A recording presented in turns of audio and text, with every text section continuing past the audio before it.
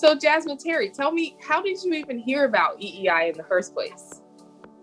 Oh, Jasmine. So I learned about EEI, I believe, as a first year student at Agnes Scott College.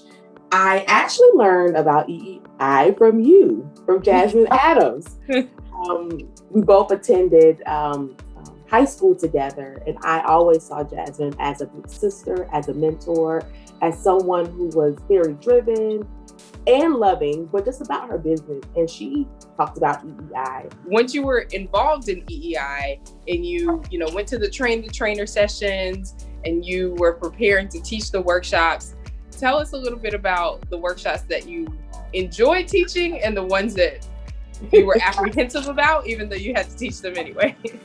One that I really enjoyed teaching was about credit.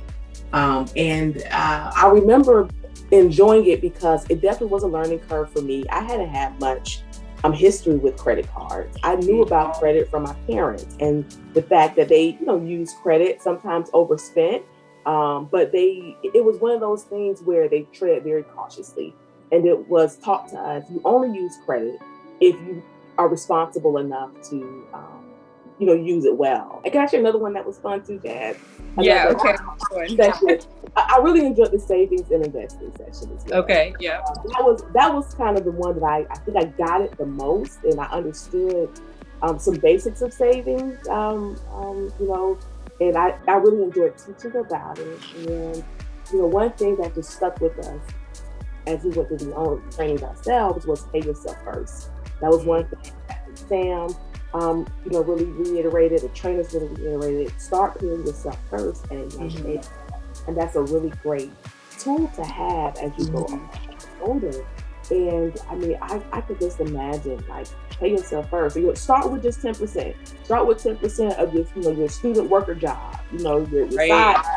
And when we were in school, it was $5.50 an hour. It was $5.50 an hour. Yes.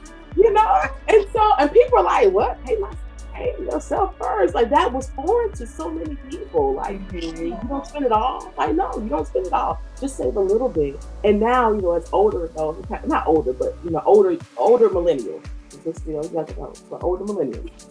10% is just kind of like, that's it. You want to maybe save a little bit more, but it was just amazing to encourage people to start with that really great financial discipline. When you're 19, when you're 20, when you are, right before you start making adult money. I love what you said about the savings and investing piece and, pay yourself first. And that's a great segue to your participation in the match savings program. The match savings program, I would say, was probably the biggest gem that I got from EEI. The match savings program was set up where college students enrolled in the EEI program, people who are going through the trainings, have the opportunity to save money in a savings account.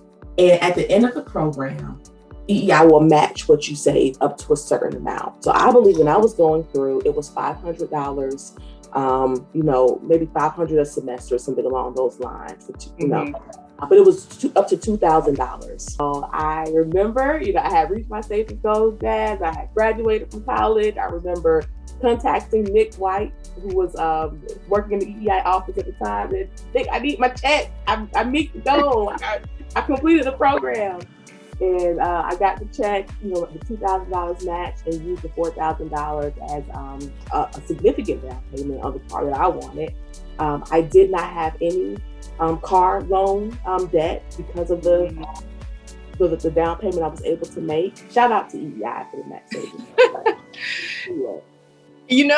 I love that you share that story, because as we celebrate EEI over the next 20 years, you just talked about something that was lasting, right? Literally 15, 20 years ago, you were, in that place, in that space that helped you, or had a lasting impact even today. So thank you so much for participating, for having love for EEI, for having amazing memories. And we are just proud of all of our EEI alums. So thank you so much.